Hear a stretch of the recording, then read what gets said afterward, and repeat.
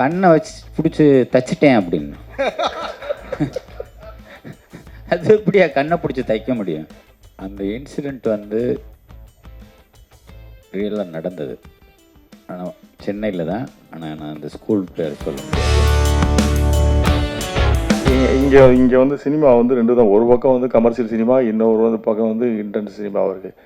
இந்த படத்தை பொறுத்த வரைக்கும் ஒரு கதாபாத்திரத்தை வந்து, ஒரு முன்னணி கதாபாத்திரத்தை, முதன்மை கதாபாத்திரத்தை வந்து பேசாமலே தமிழக மக்கள் அனைவரையும் உணர்வுபூர்வமாக அதை கனெக்ட் பண்ண வச்ச ஒரு படம் தான் வணங்கான். ஒரு கதாபாத்திரத்தினால முழுமையாக பேசாமலே ஒரு படத்தை வந்து, ஒரு கதையை வந்து கடத்த முடியுமானா அது இயக்குனரான பாலா அவர்கள் மட்டும்தான் அது சேரும். அந்த வகையில் இந்த படம் வந்து தமிழக மக்களுக்கும், தமிழக ரசிகர்களுக்கும், ஊடக பெருமக்களுக்கும் இது ரொம்ப நெருக்கமான படம்னு நான் நம்புகிறேன். அந்த நம்பிக்கை உங்கள்கிட்ட இருந்ததுனால தான் இந்த படத்தை நீங்கள் வெகுவாக கொண்டாடிருக்கீங்கன்றதை நான் நம்புகிறேன். இந்த படத்தை வந்து நீங்கள் மக்கள்கிட்ட கொண்டு போய் சேர்த்ததுக்கும், இந்த படத்தை தமிழக ரசிக பெருமக்கள் ஏற்றுக்கொண்டமைக்கும் எங்களது நிறுவனத்தின் சார்பாகவும் எங்கள் குழுவினர் சார்பாகவும் உங்களுக்கு நன்றி சொல்ல கடமைப்பட்டிருக்கோம். அனைவருக்கும் எங்களது நன்றிகள். வணக்கம். தங்கையின் உலகத்தை நடிப்பில் தனியை காட்டிய ஆண் தேவதை அருண் விஜய் அவர்களை பேச அழைக்கிறோம். ரொம்ப ரொம்ப சந்தோஷமாக இருக்குது. இன்னைக்கு வணங்கான் படத்தை நீங்கள் எல்லாரும் மக்கள்கிட்ட கொண்டு போய் சேர்த்த விதமாக இருக்கட்டும், உங்களோட விமர்சனங்களாக இருக்கட்டும், இன்றைக்கி மக்கள் எல்லாரும் பார்த்துட்டு அதை பாராட்டும் போது அது வந்து உங்களோட பங்கு முக்கியமாக இதில் இருக்குது. ஸோ அதுக்கு முதல் என்னுடைய நன்றிகளை தெரிவிச்சுக்கிறேன் இந்த நேரத்தில். அண்ட் சுரேஷ் சார் சொன்ன மாதிரி என்னோட திரையுலக பயணத்தில் வணங்கான் ஒரு மைல்கல் படமாக அமைஞ்சதுக்கு முதல் பாலா சாருக்கு நன்றியை தெரிவிச்சுக்கிறேன் இந்த நேரத்தில். ஏன்னா ஒரு நடிகனாக படம் முழுக்க பேசாமல் மக்கள்கிட்ட போய் அவங்க மனசை கவர முடியும் அப்படின்னு என் மேலே எனக்கே நம்பிக்கை வச்சு நம்பிக்கையை உண்டாக்குன பாலா சாருக்கு நன்றி. ஏன்னா இன்றைக்கி எல்லாரும் நடிப்பை பற்றி பாராட்டுறாங்க, படத்தை பற்றி பாராட்டுறாங்க அப்படின்னா அது எல்லாத்துக்கும் முழுமையான காரணம் பாலா சார். ஏன்னா எவ்வளோ உழைப்பு அதில் பாலா சார் எனக்குள்ளே வந்து வாங்கியிருக்காருன்னு எனக்கு தெரியும். ஏன்னா நிறைய விஷயங்கள் நாங்கள் அந்த படத்தில் அந்த ப்ராசஸே வந்து எனக்கு ஒரு பெரிய ஒரு அனுபவமாக இருந்தது. ஏன்னா செய்கை மொழியை கற்றுக்கிட்ட விதமாக இருக்கட்டும், அண்ட் உடல் மொழியை மாற்றிக்கிட்ட விதமாக இருக்கட்டும், அந்த கதாபாத்திரத்துக்குள்ளே அவ்வளோ ஆழமாக என்னை கொண்டு போன விதமாக இருக்கட்டும், பாலா சார் ஓட கைடன்ஸ் இல்லாமல் என்னால் அது பண்ணியிருக்கவே முடியாது. ஸோ இந்த எல்லா பாராட்டுகளும் பாலா சாருக்கு தான் போய் சேரும். அண்ட் இது ஒரு எனக்கு நிச்சயமாக என்னோடய வாழ்க்கையில் ஐ திங்க் இது மாதிரி ஒரு திருப்பி ஒரு படம் பண்ண முடியுமா அப்படின்னு எனக்கு தெரியல. ஏன்னா த கிராஃப்ட்மேன் பாலா சார் னால மட்டுமே இதை வந்து கொடுக்க முடியும். ஸோ மீண்டும் நம்ம இணைஞ்சால் வேறு ஏதாவது புதுசாக ஏதாவது பண்ண முடியுமான்னு தெரியல. So thank you Bala sir, thank you so much. And மக்களாகிய உங்கள் எல்லாருக்கும், ஏன்னா சார் சொன்ன மாதிரி ஒரு நல்ல படத்துக்கு எப்போதுமே வந்து உங்களோட சப்போர்ட்டை கொடுத்துருக்கீங்க. ஸோ இந்த படத்துக்கு ஒரு ஹார்ட் ஹிட்டிங்காக பாலா சார் எப்போதுமே சொல்லுவாருன்னு நமக்கு எல்லாருக்குமே தெரியும். ஸோ படத்துலேயும் அந்த ஹார்ட் ஹிட்டிங் கண்டென்ட்டுக்கு நீங்கள் எல்லாரும் கொடுத்த அந்த வரவேற்புக்கு முதல் என்னுடைய நன்றிகள். அண்ட் படத்தில் நடித்த அத்துணை கலைஞர்களுக்கும் அத்துணை டெக்னீஷியன்ஸுக்கும் என்னுடைய நன்றிகளை இந்த நேரத்தில் தெரிவிக்கிறேன். Thank you Bala sir once again. And Suresh Kamatchi sir, thank you so much. ஒரு போல்டாக பொங்கல் அன்னைக்கு, அதை பொங்கலுக்கு முன்னாடி நம்ம படம் வரணும் அப்படின்னு சொல்லி அதில் ஸ்ட்ராங்காக நின்று இப்போது எல்லாரோட பாராட்டுகளையும் பெற வச்சதுக்கு Suresh sir, thank you so much Suresh sir. I will never forget. And ரொம்ப நன்றி பத்திரிகையாளர்கள் எல்லாருக்குமே என்னுடைய நன்றிகள் இந்த நேரத்தில் தெரிவிச்சிருக்கேன். Thank you so much. நன்றி. தேசிய அளவில் தன் படைப்புகளை கொண்டு சேர்த்த வணங்கான் இயக்குனர் பாலா அவர்களை உங்கள் முன் பேச அழைக்கிறோம். நன்றி அப்படின்னு சொல்லி ஒரு வார்த்தையில் சொல்லிட்டு கடந்து போயிட முடியாது. ஏன்னா அவ்வளோ தூரம் நீங்கள் வந்து இதை ரசித்ததுனால தான் இந்த அளவுக்கு நீங்கள் கொண்டு வந்திருக்கீங்க. அது உங்களால் மட்டும்தான் முடியும். ஸோ அதுக்காக உங்களை கைகூப்பி வணங்கிக்கிறேன். மற்றபடி ஏதாவது கேட்கணும்னா நீங்கள் கேட்கலாம் சார். எப்படி அப்படியே இருக்கீங்க அப்படின்னு சொல்லி ஒரு கேள்வி சார். நீங்களும் அப்படியே தான் இருக்கீங்க. உங்களை மாதிரி நானும் உணவு பழக்கம் கண்ட்ரோலாக இருக்குது. பாலா சார், உங்களுடைய படங்கள்லாம் கிளைமேக்ஸ் வந்து முதல் படத்துலேருந்து இப்போ வரைக்கும் ஒரு வன்முறை, ஒரு வன்மம் இல்லைன்னா ரொம்ப ரத்தம், ரொம்ப இயல்பில் நடக்காததாக இருக்க மாதிரி இருக்கு. இந்த கோபம் யார்கிட்டேருந்து வந்தது? ஏன்னா பாலுமேந்திரா சார்ட்ட இருந்தீங்க, சார்ட்ட வந்து அந்த மாதிரி பழக்கமே கிடையாது. இது எங்கேருந்து கற்றுக்கிட்டீங்க? கற்றுக்கிட்டு வர்றதில்ல. அது தவறான பதிலாக கூட இருக்கலாம். அது ரத்தத்தில் இருக்குது. சார் இந்த படத்தினுடைய ஓப்பனிங் ஆச்சு, ஹீரோ இன்ட்ரடக்ஷன் பண்ணும்போது ஒரு கையில் விநாயகர், ஒரு கையில் பெரியார் இருப்பார். அதை பற்றி சொல்லுங்கள் சார். அது அந்த படத்தோட கிளைமேக்ஸ்க்கான ஒரு குறியீடு தான். கிளைமேக்ஸில் தங்கை இறந்ததுக்கப்புறம் படைத்தவனும் இங்கே கைவிரித்தானேன்னு முடியும். ஸோ ஆரம்பத்தில் என்ன அதுக்கும் இதுக்கும் லிங்க் பண்ணுறதுக்காக ஒரு சின்ன குறியீட்டுக்காக அது வச்சுருந்தது. பாலாண்ணா, பொதுவாக வந்து நம்ம தமிழ் சினிமாக்களில் வந்து கன்னியாகுமரி மாவட்டத்தில் போயிட்டு ஏதாவது ஒரு சாங்காவது எடுத்துகிட்டு வந்துடுவாங்க. ஆனால் ரொம்ப நாள் ஆச்சு இப்போது அந்த பக்கம் போய். ஆனால் நீங்கள் முழு படமும் கன்னியாகுமரி மாவட்டத்தில், அதுவும் கன்னியாகுமரியை சுற்றி அந்த களம் எப்படி அந்த தேர்ந்தெடுத்தீங்க? அதுக்கு ஏதாவது ஸ்பெசிஃபிக் ரீசன் ஏதாவது இருக்கா? இல்லை, இது வரைக்கும் கன்னியாகுமரின்னு சொல்லி முன்னாடி பழைய படம் ஒன்று வந்திருக்கு. அதுவும் மலையாள படம் நினைக்கிறேன். அதுக்கப்புறம் எதுவுமே எடுக்கப்படல. ஸோ மற்ற களங்கள்லாம் எடுத்துட்டாங்க. நிறைய திருநெல்வேலி, மதுரை, கோயம்புத்தூர் அது எல்லாமே எடுத்துட்டாங்க. சென்னைலாம் எல்லாமே முடிஞ்சிருச்சு. அது ஒன்று மாத்திரம் பாக்கி இருக்கே, அந்த அந்த கதைக்களத்தை எடுத்துக்கிறோமேன்ற ஒரு விருப்பம்தான். ஓகே. அண்ட் சுரேஷ் காமாஜி பிரதருக்கு ஒரு கேள்வி. பிரதர், இது வந்து ஒரு ஆத்தென்டிக்கான இது விஷயம் கிடையாது. பட் இருந்தாலும் ஒரு நடிகராக வந்து எல்லோரும் சிம்பு அப்ரோச் பண்ண பயப்படுவாங்க, ஒரு டைரக்டராக வந்து பாலானாவை அப்ரோச் பண்ண பயப்படுவாங்க. ஆனால் நீங்கள் இந்த 2 பேரையுமே வந்து கரெக்டாக ஹேண்டில் பண்ணி ஒரு பேக் டு பேக் ஹிட் கொடுத்துருக்கீங்க. எப்படி? நிறைய பேருக்கு கேட்ட கேள்வி நிறைய இடத்துல நான் பதில் சொல்லிட்டேன். இப்போ நீங்கள் உங்களுக்கும் சொல்கிறேன். அப்படிலாம் கிடையாது. நம்ம சரியாக இருந்தால் மற்றவங்க சரியாக இருப்பாங்க. அதான் நான் முதலே சொல்லிட்டேன். அதான், அதாவது ரிலேஷன்ஷிப்ன்றது கண்ணாடி மாதிரி தான். நம்ம சரியாக இருந்தால் மற்றவங்க சரியாக இருப்பாங்க. இப்போ நீங்கள் நம்ம எங்கேயாவது இடத்துல தப்பு பண்ணுறோம் போது அதை வந்து அவங்க அட்வான்டேஜ் எடுக்கிறதுக்கு வாய்ப்பு இருக்கும். ஸோ நம்ம சரியாக இருந்தால் எல்லாம் சரியாக இருக்கும். நம்ம அடுத்தவங்களை குறை சொல்கிறத விட நம்ம சரியாக இருக்கணும், அவ்வளோதான். இவங்களை ஹேண்டில் பண்ண முடியும், அவங்கள ஹேண்டில் பண்ண முடியும் அப்படிலாம் கிடையாது. ஹேண்டில் பண்ண முடியாதவங்க, ஹேண்டில் பண்ண முடியும்னு நினைக்கிறவங்ககிட்ட வந்து படைப்பு திறன் இருக்காது, அவ்வளோ ஒரு இது இருக்காது. ஸோ அப்படியே நம்ம பார்க்க வேண்டியது இருக்குல்ல. இப்போ நீங்கள் எல்லோரையும் நம்ம ஹேண்டில் பண்ண முடியாத ஆட்களை நம்ம சூஸ் பண்ணுறோன்னு வச்சுங்களேன், அவங்களோட திறமை இருக்காது. ஸோ அப்படியும் பார்க்க வேண்டியது இருக்குல்ல. ஸோ அதனால் அதெல்லாம் ஒரு இது கிடையாது, நம்ம நடந்துக்கிறதுல தான் இருக்குது. அருண்விஜய் பிரதர், உங்களுக்கு ஒரு கேள்வி. இப்போ அவருக்கு நான் நன்றி சொல்லிக்கிறேன். என்னை பற்றி இவ்வளோ பாசிட்டிவாக சொன்ன ப்ரொடியூசர், அவருக்கு மிக்க மிக்க நன்றி. நீங்கள் இப்போ ரீசன்ட் டைம்ஸில் வந்து நிறைய அவங்க கெட்டப் சேஞ்ச் பண்ணிட்டீங்க. ஆனால் இந்த படத்தில் நீங்கள் ஃபிலிம் இண்டஸ்ட்ரியில் இன்ட்ரடியூஸ் ஆகும்போது இருந்த ஒரு அந்த கர்ல் ஹேர், தாடி வச்சு ஒரு அதான் அந்த ஆரம்பத்துக்கே போய் மறுபடியும் புதுசாக ஆரம்பிக்கிற மாதிரியான ஒரு ஃபீல் எனக்கு பர்சனலாக நான் ஃபீல் பண்ணேன். ஏன்னா பாலானாவோட படத்துக்குள்ளே வரும்பொழுது திருப்பி ஒரு வேறு ஒரு வெர்ஷனில் வரணும், இல்லை ஒவ்வொரு நடிகர்களும் வர்றாங்க. அந்த மாதிரி நீங்கள் ஏதாவது ஃபீல் பண்ணீங்களா? அவங்க கெட்டப் எப்படி, ஏன் அந்த மாதிரி பழைய இதுக்கு போனீங்க அப்படின்றது? இல்லை, பாலா சார் ஒரு விஷயம் மைண்டில் வச்சுருந்தாங்க, இந்த கதாபாத்திரம் இப்படி இருக்கணும், இப்படி பண்ணணும் அப்படின்ட்டு. ஸோ அதுதான், அது பாலா சாரோட விஷன் தான். ஸோ அதுக்கு தகுந்தாப்பில் தான் நம்ம பண்ணோம். எனக்குமே வந்து டோட்டலாக நான் இது வரைக்கும் பண்ண படங்களில் அப்படியே மாறுபட்டு பண்ணது தான் இன்றைக்கி இந்த பேர் கிடச்சிருக்கு அப்படின்னு நான் நினைக்கிறேன். ஸோ அதுக்கு பாலா சாருக்கு தான் நன்றி. வாழ்த்துக்கள், வாழ்த்துக்கள்.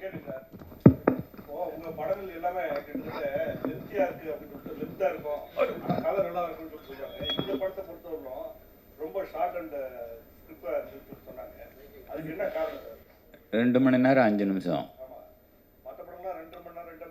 இருக்காது. எல்லாமே 2.25 தான் இருக்கும். இது வந்து கதை சொல்லப்பட்ட விதம், குறிப்பாக செகண்ட் ஹாஃப், அது கொஞ்சம் ஃபாஸ்ட்டாக போகும்னா அப்படி காட்சியில் அடுத்தடுத்து அப்படி அமைஞ்சதுனால அது உங்களுக்கு வந்து ரொம்ப சின்ன படம் மாதிரி தெரியுது. ஆமாம், அது ஃபாஸ்ட்டாக போகிறதுனால அது உங்களுக்கு தெரியல. சார் இங்கே சார் வாழ்த்துக்கள் முதல்ல படத்துக்கு. இந்த ஸ்டோரி வந்து ரியல் இன்ஸ்பிரேஷனா சார்? ஏதாவது நீங்கள் பார்த்ததா, இல்லை பேப்பரில் மாதிரி வந்து தகவல் அடிப்படையிலையா? அப்புறம் பர்டிகுலராக ஹீரோவுக்கு அந்த மாதிரி டெஃபெண்டப்பாக வச்சதுக்கான காரணம் என்ன சார்? அந்த இன்சிடெண்ட் வந்து ரியலாக நடந்தது. ஆனால் சென்னையில் தான். ஆனால் நான் அந்த ஸ்கூல் பேர் சொல்ல முடியாது. அந்த பிளைண்ட் ஸ்கூல், ஒரு பிளைண்ட் ஸ்கூலில் ஒரு அடுத்து என்ன கேட்டீங்க? ஏன் பேச வைக்காத ஒரு ரோல் கொடுத்துருக்கீங்க? அவருக்கு வந்து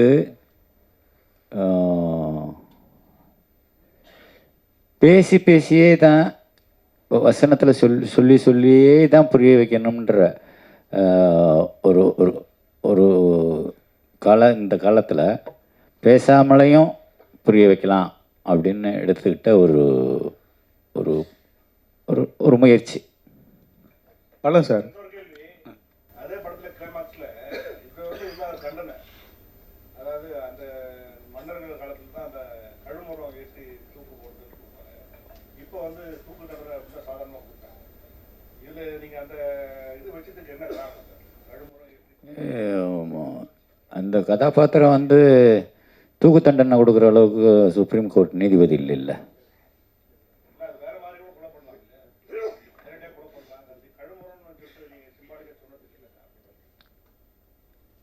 அது அந்த காலத்தில் நடந்திருக்கு இல்லையா, அந்த இடத்துல அது நடந்துருச்சு, அப்படி தான் எடுத்துக்கிறனே தவிர அதுக்கு ஒரு காரணம் என்ன அப்படின்றது நம்ம தேட வேண்டியதில்லை.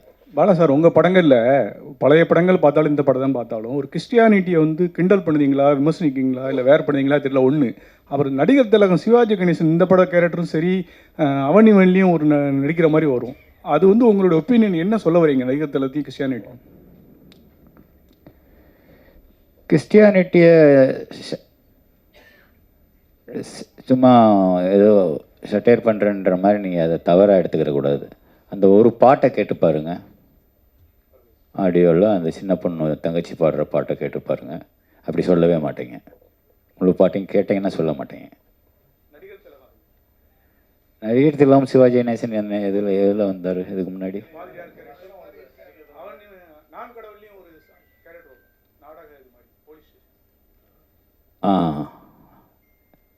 இல்லை, ஒருவேளை அவரை எனக்கு ரொம்ப பிடிக்கும்ன்றதுனால அவரை கொண்டு வரணும் என்னமோ தெரில.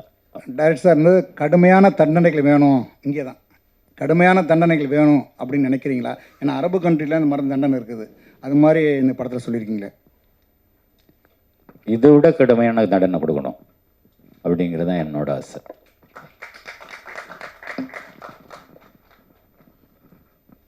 பாலா சார், சார் இதுவரை தொடர்ந்து 4 படம் பண்ணியிருக்கீங்க. பட் எல்லா கதைக்களமும் கேரக்டர் பார்த்தீங்கன்னா ஒரே மாதிரி தெரியுதுன்னு ஒரு ஃபீலிங் இருக்குது. நீங்கள் வந்து ஸ்ட்ரெயிட்டிஸான பாலாவை நாங்கள் எப்போ பார்க்குறது? ஸ்ட்ரெயிட்டிஸான பாலா சாரா எப்போ பார்க்குறேன்?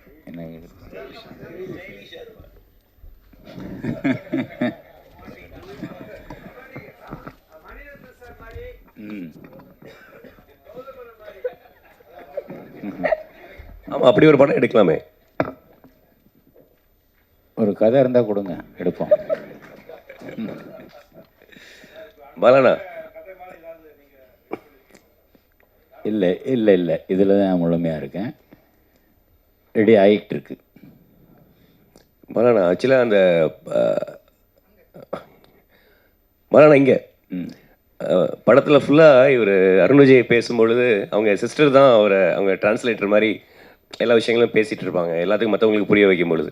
ஆனால் கிளைமாக்ஸில் வந்து அந்த சிஸ்டர் இறந்த அந்த நேரத்தில் இவருடைய எமோஷன்ஸே வந்து ஒரு சாங்காகவே நீங்கள் கன்வே பண்ணியிருப்பீங்க. அது ரொம்ப புதுசாக இருந்தது. ஆக்சுவலி அந்த மாற்றுத்திறனாளிகளுக்கு ஒரு மாண்டேஜி தான் சாங் பண்ணியிருப்பாங்க, பட் அவங்களுடைய உணர்வுகள் அவங்க பேசுகிறத சாங்காகவே நீங்கள் கன்வே பண்ணியிருப்பீங்க. அது ரொம்ப நல்லா இருந்தது.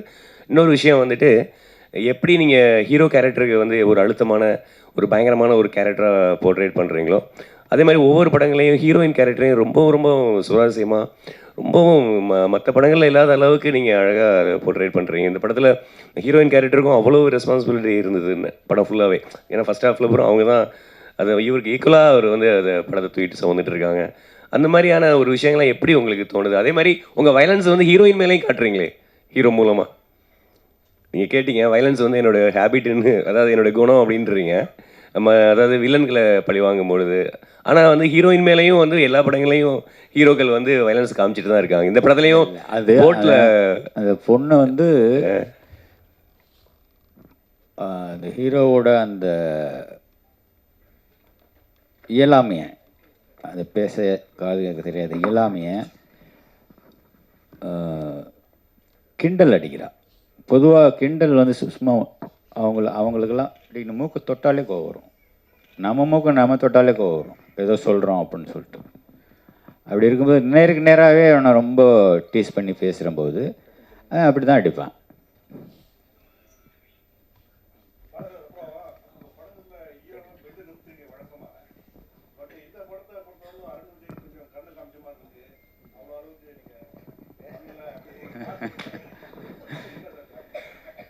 இல்லை இல்லை, அது தனிப்பட்ட கருணையெல்லாம் ஒன்றும் கிடையாது. மற்ற ஹீரோஸ்க்கு கொஞ்சம் விட கொஞ்சம் ஸ்ட்ராங் பர்சனாலிட்டி இல்லையா அருண். ஸோ அதனால் என்னால் ஈஸியாக வேலை வாங்க முடிஞ்சது. அதனால் அது உங்களுக்கு கம்மியாக இருக்கிற மாதிரி தெரியுது. இன்னும் நிஜமாக எடுத்தோம்னா அது இன்னும் ஓவர் வயலன்ஸ் ஆகிடும். ஏன்னா இன்னும் பேலன்ஸ் இருக்குல்ல, இன்ட்ரோல் பிளாக் இருக்குது, கிளைமேக்ஸ் இருக்குது. அதுக்கு முன்னாடியே மற்ற அடியெல்லாம் போட்டோம்னா அது கிடைக்காது நமக்கு. பாலா சார், தமிழ் சினிமாவில் 1000 கோடிங்கிறது வந்து ஒரு பெரிய விஷயமா இருக்குது. ஹிந்தி வந்துட்டு, தெலுங்கு வந்துட்டு, மற்ற லாங்குவேஜ் வந்துட்டு, ஒரு முக்கியமான இயக்குனராக ஏன் தமிழ் சினிமா அந்த 1000 கோடி வந்து வரமாட்டுக்கு என்ன காரணம்னு நினைக்கிறீங்க? இந்த வியாபார நுணுக்கத்துல எல்லாம் எனக்கு அவ்வளோ ஞானம் இல்லை. அப்புறம் ஒன்று சொல்லணும், நானாசன் கேட்காமே சொல்லணும். லாஜிக் மிஸ்டேக்குன்னு சொல்லிட்டு யாரோ ஒருத்தர் வந்து விமர்சனம் பண்ணியிருந்தார். அதில் என்னென்னா, எப்படி ஜெயிலில் ரொம்ப சர்வசாதாரணமாக 2 பொண்ணுங்களும் ஒரு ஃபாதரும் போய் பார்க்குறாங்க, அது வாய்ப்பே இல்லையே அப்படின்னு சொல்லிட்டு. அது ஜெயில் இல்லை, அது முன்னாடி உள்ள கோர்ட் சீனில் பேசுகிறம்போது நோ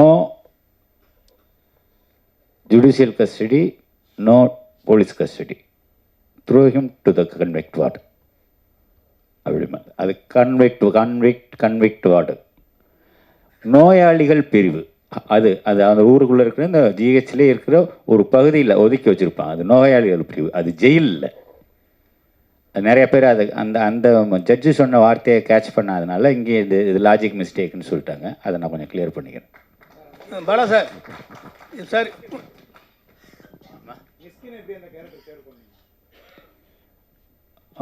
மிஸ்கின் எனக்கு இந்த ஓனாயம் ஆட்டுக்குட்டியிலேருந்தே எனக்கு அந்த அந்த இதில் பரியல் கிரவுண்டில் ஒரு மெழுகு மத்தனை ஏற்றி வச்சுட்டு பேசுகிற ஒரு லெங்க்தி ஷாட்டு, ஒரே ஷாட்டில் ஒரே டேக், அப்போ இருந்தே நான் ரொம்ப அவங்க கூட சேர்ந்து படம் பண்ணிடணும் அப்படின்னு எனக்கு ரொம்ப ஆர்வமாக இருந்தேன். அது இந்த படத்தில் நிறைவேறிருக்கு.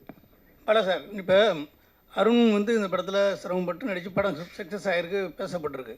இதே நிலையில் வந்து சூர்யா நடிச்சிருந்தா இன்னும் எதிர்பார்ப்புகள் உங்களுக்கு கூடி இருக்குன்னு நினைக்கிறீங்களா? அந்த படம் பெரிய ஹிட் ஆகிருக்குன்னு நினைக்கிறீங்களா?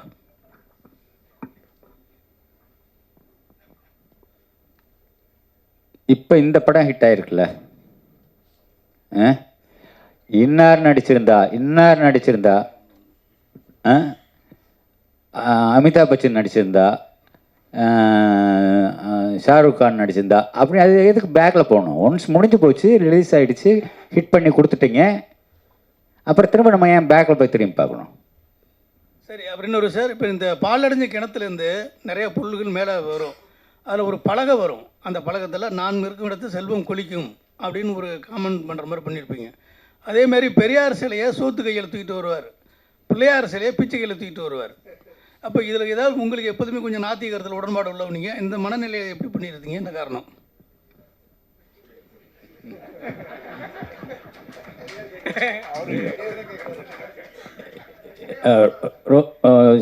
சோத்து கை நொட்டாங்கைன்னு சொல்லி ரொம்ப திங்க் பண்ண வேண்டாம்.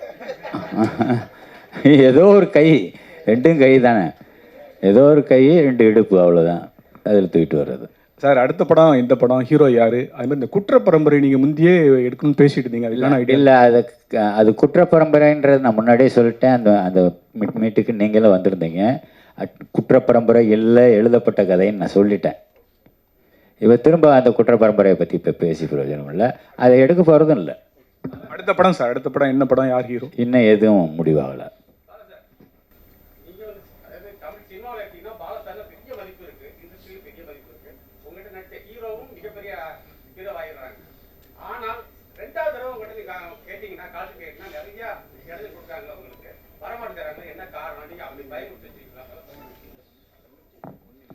என்னை பார்த்தா அவ்வளோ பயமாக இருக்கு? இல்லை, பொதுவாகவே எல்லாரும் கேட்குற கேள்வி,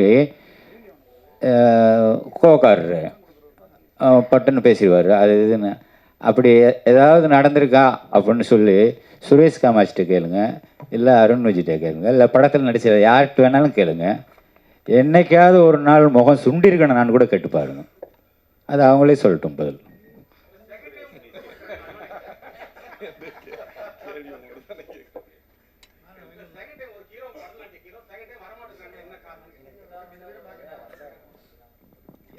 வந்தாங்களே, வராமல் ஏன் இருக்கிறாங்க? நமக்கு வந்து வெரைட்டி, வேறு வேறு ஆர்டிஸ்ட் கூட ஒர்க் பண்ணால் வேறு வேறு எக்ஸ்பீரியன்ஸ் கிடைக்கும்ல. ஆர்யா பண்ணியிருக்கிறாரு, சூர்யா பண்ணியிருக்கிறாரு. நீங்கள் எங்கேயோ எங்கே போனால் ரொம்ப வருஷத்துக்கு பின்னாடி இருக்கீங்களே.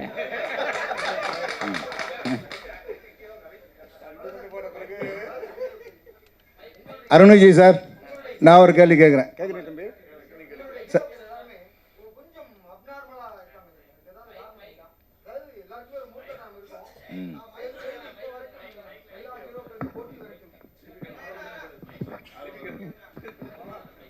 பாலா சார், உங்களுடைய எல்லா படங்களையுமே கேரக்டர் பேசப்பட்டிருக்கு. பர்டிகுலர் அந்த ஹீரோக்கு வந்து ஒரு ஸ்பெஷல் பவர் மாதிரி, அதாவது ஒரு மூர்க்கத்தனத்தோடு இருக்காங்களே, அதுக்கான காரணம் என்ன? இல்லை சமூகத்தினுடைய இது மாதிரி இருக்கிற ஆட்களை நம்ம கொண்டு வரணும்? இல்லை, அதர்வா நடித்த பரதேசியில் வந்து ரொம்ப அப்பாவே தானே வர்றான். எல்லா கேரக்டரும் அப்படி இருக்கிறது இல்லையே. அதில் கூட பார்த்தீங்கன்னா ஒரு அகோரி மாதிரி. நான் அதர்வா நடித்தது நான் சொல்கிறேன் பரதேசி. நன்றி சார், நன்றி சார். பொங்கலுக்கு வெளிவந்த படத்துல விஷாலோட படமும் பயங்கரமா ஹிட் ஆயிருக்கு. ஸோ விஷாலுக்கு ஏதாவது மெசேஜ் சொல்றீங்களா? வாழ்த்துக்கள் சார்.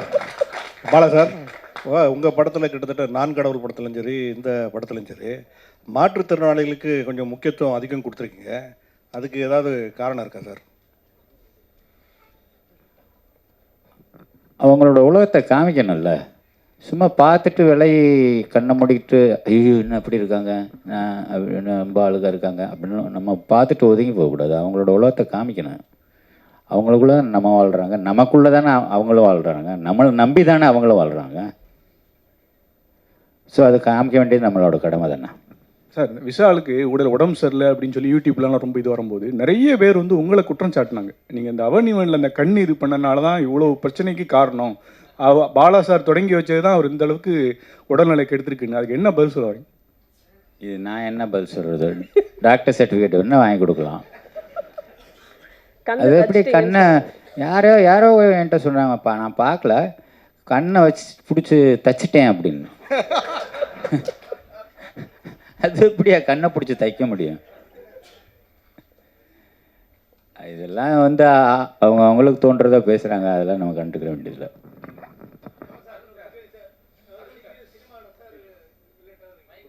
சார், அருண் விஜய்ட்டு ஒரு கொஸ்டின் சார்.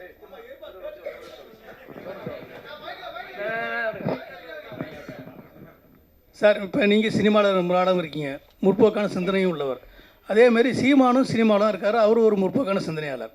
இப்போ சமீப காலமாக பெரியாரை பற்றி ஒரு அவதூறு கருத்து பரப்பிட்டு நிறைய இடத்துல ஒரு பரபரப்பாக கருத்துன்னு போயிட்டுருக்கு. அதுக்கு உங்களுடைய கருத்து என்ன, அப்படின்னா என்ன நினைக்கிறீங்க? அதை பற்றி பேசுனது சரியா? அவர் என்ன சொன்னாருன்னு இப்போ வரைக்கும் எனக்கு தெரியாது. நேற்று நைட்டு கூட அவர்கிட்ட பேசுகிறம்போது கூட அது என்னென்ன சொன்னீங்கன்னு நானும் கேட்கல. அவரும் அதை பற்றி எதுவுமே என்கிட்ட அப்படி அந்த அரசியல் பேச மாட்டார்.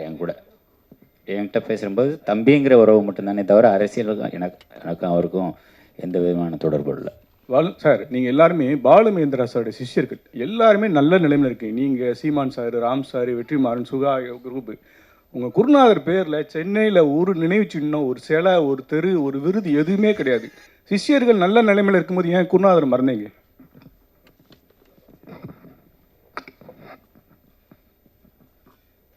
மறந்தீங்கன்னு எப்படி சொல்லலாம்? அவர் தான் நமக்குள்ளே இருக்கிறாரு, எங்களுக்குள்ளே எல்லாருக்குள்ளேயும் இருக்கிறாரு. ஆனால் அடுத்த தலைமுறைக்கு என்ன பண்ணணும்? அதாவது தெருவு பேர் வைக்கலாம், ஒரு சிலை வைக்கலாம்னு சொல்ல வர்றாரு.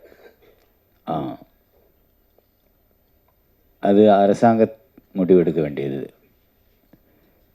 நம்மளே ஒரு தெரு உருவாக்கி நம்மளே பேர் வச்சோம்னா விடுவாங்களா? அதனால முறைப்படி தான் செய்யணும். சார், அருண் விஜய்கிட்ட ஒரு கேள்வி. அருண்ஜி சார், ரொம்ப நாளாக நீங்கள் எதிர்பார்த்துட்டு இருந்த ஒரு விஷயம் பாலா சாரோட பண்ணணும் அப்படின்னு, அது அமைஞ்சது. என்ன விஷயத்தை கற்றுக்கிட்டீங்க பாலா சார்ட்டேருந்து? இந்த அனுபவம் எப்படி இருந்தது? இல்லை, ஒரு மறக்க முடியாத அனுபவம். ஒவ்வொரு விஷயமும் எனக்கு வந்து இதில் அவ்வளோ விஷயங்கள் கற்றுக்கிட்டேன். ஒரு கதாபாத்திரத்தோட ஆழத்தை புரிஞ்சுக்கிறது எப்படி அப்படின்ற ஒரு விஷயம் பாலா சார்ட்டேருந்து அது ஒரு விஷயம் கற்றுக்கிட்டேன். அதான் எனக்குள்ளே இருக்கிறத இது என்னால் பண்ண முடியும் அப்படின்னு என் மேலே எனக்கு நம்பிக்கை கொடுத்தது Bala sir. So I think அதுக்கு நான் ரொம்ப நன்றிகள் பாலா சாருக்கு இந்த நேரத்தில். ஸோ எவ்ரிதிங் இன்னைக்கு எல்லாரும் அப்லாட் பண்ணுறாங்க, எல்லாருமே சொல்கிறாங்கன்னா அது பாலா சார் எனக்குள்ளே இருக்குது அப்படின்னு சொல்லிட்டு அதை வெளியில் கொண்டு வந்தார். So thank you so much Bala sir. உங்கள் கேள்விகளுக்கு நன்றி. பொங்கல் படமாக வந்த வணங்கான் படம் மிகப்பெரிய வெற்றியாக்கிய ஊடகத்தையும் கொண்டு போய் சேர்த்த மக்களுக்கும் படக்குழுவினர் சார்பில் நன்றி. மீண்டும் சந்திப்போம். ஒரு குரூப் ஃபோட்டோ. தேங்க்யூ, எல்லாருக்கும் நன்றி. தேங்க்யூ.